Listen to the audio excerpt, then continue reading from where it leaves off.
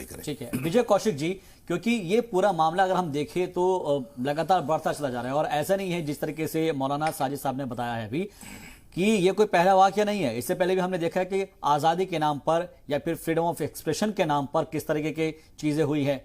सवाल यह है कि किसी की भी पेशवा मजहबी रहनुमा के बारे में अगर ऐसी चीज़ें होती है तो इसको इजाज़त दी नहीं जा सकती है, लेकिन बावजूद इसके ऐसे लोगों पर कार्रवाई के नाम पर क्या हो रहा है अभी तक आपकी नज़र में? देखिए, मेरा ये मानना है कि जिस तरह पुलिस का काम है अपराध रोकना, सैनिकों का काम है देश की सुरक्षा करना, इस तरह सरकार का काम ये है कि अगर किसी मुद्दे पर देश के अंदर गृह युद्ध की स्थिति बन रही है तो उन मुद्दों को स्पष्ट करना। अगर मान लीजिए किसी की धार्मिक भावनाओं को आहत किया जा रहा है और उससे किसी धर्म विशेष पर चोट हो रही है तो उसको लेकर सख्त कानून बनाना, दोषियों को अंदर भेजना। दो चीजें हैं, एक तो किसी के मजहब का इस्तेमाल प्रचार के लिए करना, चाहे वो नुपुर शर्मा ने किया या वो काली फिल्म बनाने वाली उस प्रोड्यूसर ने किया।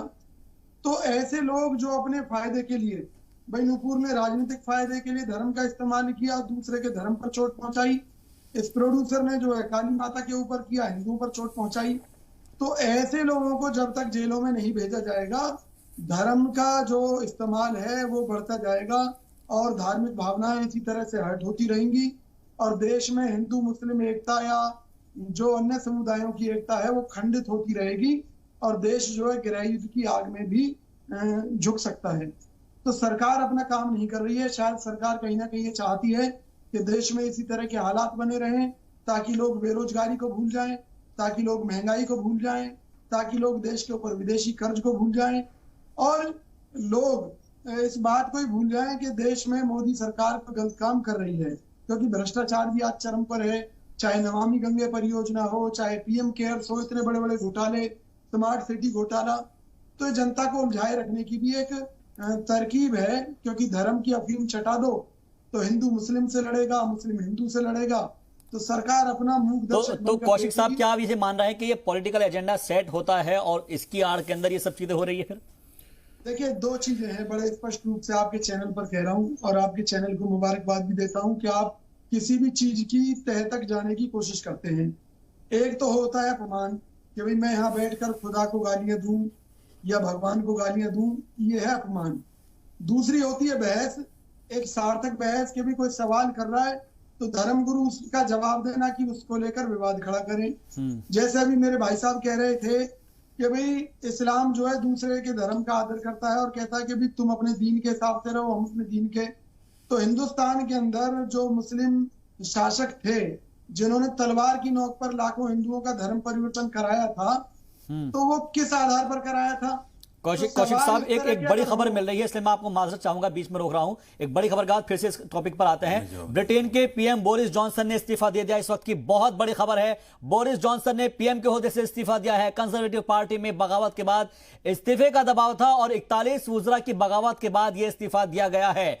मुल्क की मजबूती के लिए काम किया जाना जरूरी था और इसीलिए यह इस्तीफा दिया गया है। एक बार फिर से अपनी डिबेट का रुख करते हैं। कौशिक साहब, मैं एक चीज समझना चाह रहा हूं कि ये जो सेलेक्टिव लोग हो जाते हैं, खासतौर पर सेलेक्टिव की बात मैं इसलिए कह रहा हूं कि अगर एक किसी भी मजहबी रहनुमा, चाहे वो मुस्लिम हो या फिर कोई और हो, उस वक्त लोग कुछ खामोश हो जाते हैं और कुछ लोग नुपुर शर्मा के समर्थन में आ जाते हैं।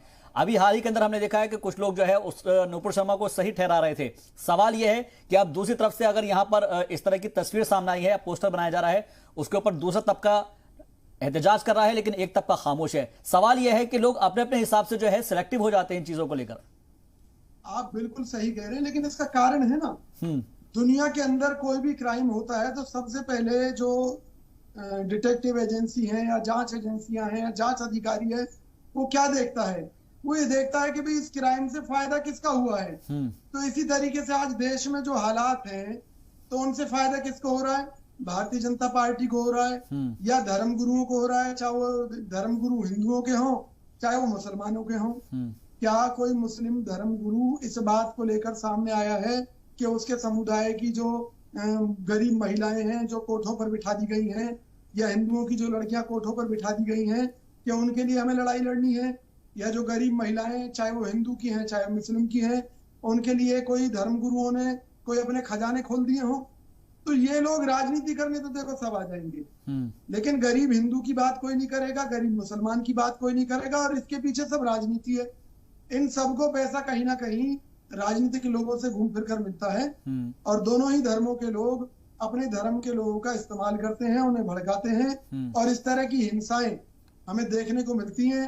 उसमें किसी धर्म विशेष के लोगों की चुप्पी, धर्म विशेष के लोगों का विरोध प्रदर्शन, ये सब हमें देखने को मिलता रहा है और मिलता रहेगा। ठीक है।